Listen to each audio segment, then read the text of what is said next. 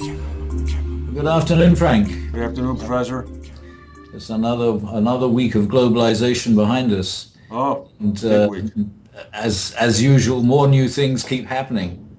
The drugs supply from Syria to Saudi Arabia, the Ukraine problem, the ferry problem in South Korea, and a lot of more general things, I think, that are beginning to interest me.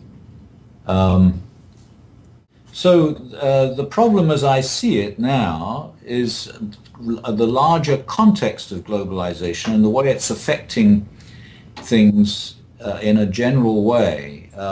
What I'm suggesting is all the things that we mentioned a few minutes ago of Ukraine, South Korea, Saudi the Arabia. drugs, Very good. are things that are related to the way the world as a whole is changing, and they're hitting us on a local level. And we're not used to dealing with them on the local level. So, and the most general factor in this is the increasing inequality. So it's relatively easy to explain why, as the world community becomes larger and larger and more integrated, more people interacting with each other, more inequality, because there's more goods to move around, and people who get more have much more to get now than they had before. But it hits us on the local level, where we see enormous ranges of inequality on one small level, in one small locality. And I think that the movement of drugs is one of these things that is happening on a different scale now from the way it happened before. I think that the political problems in Ukraine, for example, are examples of something that wouldn't have happened politically before, and now it's happening, but is being taken notice of on a much larger scale than would ever have happened before. Similarly, there's the election in India, which is getting a lot of very different type of attention now than it would have got before. And I think we can probably think of other things like this as well. Well, there's no doubt that things that have happened and are happening globally have a much more direct relation to regular people. I mean, just in fact, President Obama is on TV right now, the press conference, talking about the Affordable Health Care Act. But before he spoke anything and took any questions, he issued a deep statement of sympathy on the part of the American people for the 300 people lost in the South Korean ferry sinking. Now, I mean, with all due respect, I mean, that's something that 5 years ago would probably not have had necessarily made the headlines. But when the sinking occurred yesterday, it made the headlines, and then it became even more prominent today when text messages from many of the South Korean students who were on the boat, who were sinking, were sending final texts to their parents, to their mothers, saying that they love them. And some of those tweets and texts have been reprinted. By the same token, what's going on in the Ukraine now, I keep calling it the Ukraine, what's going on in Ukraine, again, that would be a far distant place, but now with Twitter and with TV and the internet, you can easily see of Russian-backed militia rolling around towns. And, I mean, things are very different. There's no doubt about that. Now, I'm trying to grasp where the inequality aspect comes from that you're seeing, and how that's being affected, or I should say accelerated perhaps in perception, by globalization. Some things are happening on a much larger scale, but the larger scale of the events hits us locally, where we're just living on a local scale. But the reason that the inequality is getting larger and larger is that the finance is global, and it's globalized faster than any other aspect or dimension of everyday life. And that means that the amount of money circulating in the world is much larger than ever before. And so the people who are working in finance are playing with much larger quantities of money. Mm-hmm. And that means that they're making much more money. And that's the become the basis of the increase in global inequality, I think. I don't disagree with that. In fact, if you look at Russia, the Russian economy for the first quarter grew at only 1.4%. It had been projected to grow at 2.8%. More capital left the country in the first quarter than in all of 2013. Now, as far as I know, the American sanctions did not go into effect until about a month ago. So what was happening was all a precursor to what in fact actually did happen and what supposedly may be intensified insofar as economic sanctions go. Now, what's going on the street, and the New York Times had it today about the agony, if you will, of the regular Russian consumer. Right? It's not just the oligarchs who are moving money out. People now have seen a severe curtailment of available consumer goods. There has been a noticeable increase in prices for basic foodstuffs. And the other shoe hasn't really dropped yet. I mean, the American sanctions, as we discussed once, are really only limited to a very small number of people. But if it's expanded and if the Europeans do something, which if Putin acts militarily, it really will have an effect on the rank and file Russian person.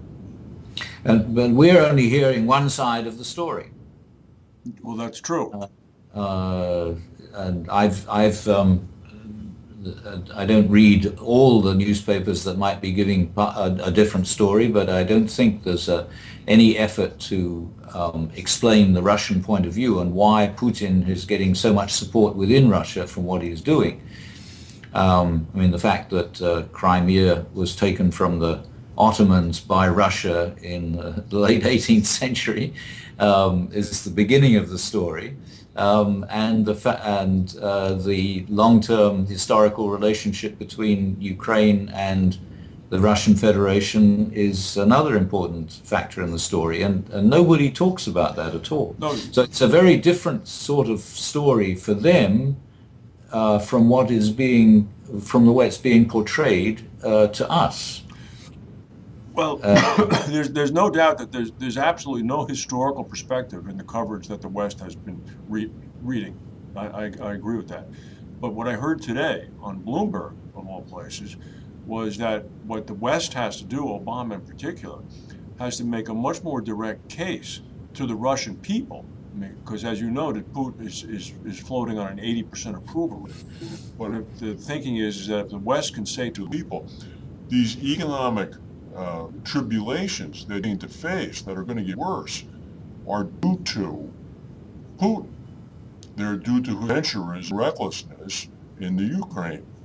Now, I don't know if the Russian people have as short a memory as the West does insofar as historical perspective goes. I guess that depends on how thoroughly integrated they become globalizationally speaking into things such as Twitter and Facebook and all these other things. But if they're like people in the West, their historical perspective is about 1 month in length. Yeah. So maybe something like that could work. I mean, the price of vodka or the price of bread or the price of meat is going up and almost becoming unaffordable because of actions taken by the West. But the other thing that came out that I became aware of today is Snowden is on the front page of the Times Literary Supplement. Really? Because somebody has published a book. I'm not sure whether it was published in England or America first, on Snowden's contribution to the information revolution.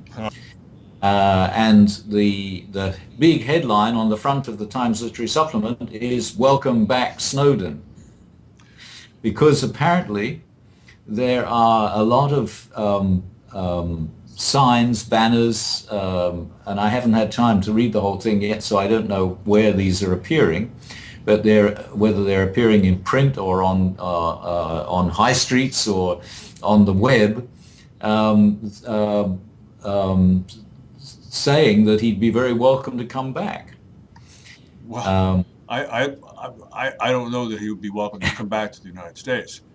Um, Well, I mean, it's very interesting that it's not died. I mean, obviously a lot of people are still thinking about it.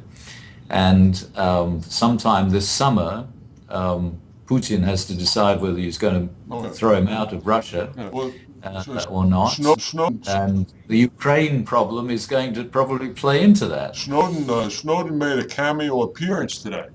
Putin was holding his annual Yes. three-hour press conference, and it carried arranged video call-in. Snowden phoned in from an undisclosed location in Russia and asked Putin about Russian surveillance, electronic surveillance and eavesdropping capabilities. So Putin says, as a former spy, I'll speak to you as one spy to another. He said, of course we do that, but our system is regulated by law and very tightly controlled. I'm like, what is this? I mean, come on. I mean, this is like a world of unreality. There's it reminds me of science fiction that I've read in the past, like Stranger in a Strange Land. It is. I mean, I had difficulty. I thought I started laughing. But the trouble is that the distance between the people who have the media and the people who consume the media is getting larger and larger. And so the problem of accountability is getting more and more difficult. Well, that's true, but it used to be that distance was always kept in check by capitalism, supply and demand. If the distance became too much, people stopped subscribing or buying or watching. And the economic fortunes of the distributor of the news began to wane. But now all the news is free. You can find news everywhere. So that distance can continue to go, and there's people are such that there always are groups that are going to follow it. It's going to add to the problem of not of whether you can find the information you want, but how to evaluate the information, how to select what you really need, and how to process it. I have to ask you, tell me what your view is on the discovery of 22 million tablets of methamphetamines being smuggled into Saudi Arabia. Who in Saudi Arabia is taking methamphetamines? One wonders whether it's for consumption in Saudi Arabia or whether Saudi Arabia is on the route for global distribution. The camel's load. But certainly Saudi Arabia has serious political problems at the moment. Yes. That we don't hear anything about, and it may have something to do with what's boiling or simmering, ready to break into something more like a boil. And there was good news on the Iran-US and Iran-Europe front today, that the America and the Europeans are releasing 450 million of Iran's funds that had been frozen. I did see that. Because the IAEA has given Iran good marks on its progress in keeping up with the November agreement. And so it's difficult to see what is going to come next, but obviously that's going to make the situation for Saudi Arabia more difficult. We don't know really what happened in Obama's interview with the king in Saudi Arabia, who's about twice his age, I think. Just about, yeah. And we don't know yet who's going to succeed the king when he leaves that position, which can't be too long from now because his health is not very good. So The Middle East is all sorts of things happening in the Middle East, which is making it much less of a self-contained regional problem and making it much more of a larger global problem. And the drugs may be a part of that process. Well, they could be, and you don't forget to include what the reaction in Jerusalem may be if the summer comes along and Netanyahu does not think the Iranians have progressed as far as he would like. The Israelis are playing a more and more active role in this on the side of the Saudis against the Americans and the Iranians, and it's very strange. I don't know enough about the details of Israeli politics to be able to predict how long Netanyahu will remain in his current position, but I think that. It's very possible that he'll be replaced in an election before too long that would have a different attitude to what's going on. But if Netanyahu gets enough cover or support, quiet support from the Saudis, he could act. Yeah, He could yeah, act, and yeah. that would be But the Saudis have a big problem because they, if they become known in the Middle East for working with the Israelis, that's going to cause them a different sort of problem. too complicated. Too complicated. So, but things get more and more interesting, even exciting. So, Well, they're exciting and they're interesting, but I guess my concern is that I don't necessarily see anything wending its way toward any stable pattern. um, well, the current situation in the Middle East is not stable. I think that a partnership between Iran and America and Europe would be a move in the direction of stability, I agree. because Iran has a good democratic system with everybody in the population knows how to participate in what's going on. Very different from the way it's portrayed in the American press. Mm-hmm. And that's not the case in any other country in the Middle East. And we've seen what happened to the Arab Spring. It didn't evolve into summer. No, no. So we need something else to happen. And I think, I don't know whether that is the reason why Obama is pushing this agreement with Iran now, against all the odds in Congress and in Israel and even the hardliners in Iran. But I think that's the way to go for progress that will be significant on a global level. Well, that would certainly be substantial progress if Iran was welcomed back into the. And it's strange that Putin doesn't seem to be playing a part in this. No. And I would have thought that he would have been extremely interested in what was going on. One would have thought. I think perhaps it. So you've convinced me with your optimism. It may be things work out for reasons. He's distracted by the situation in the Ukraine. Yeah, So, yeah. all right. Well, Professor, I wish you and your family a very happy Easter Easter, period. thank you very much. Yes, So, I'd forgotten that Easter's coming. all Yes. right. And I'll speak to you next week. Thank you. Yes. All right. Bye. Bye.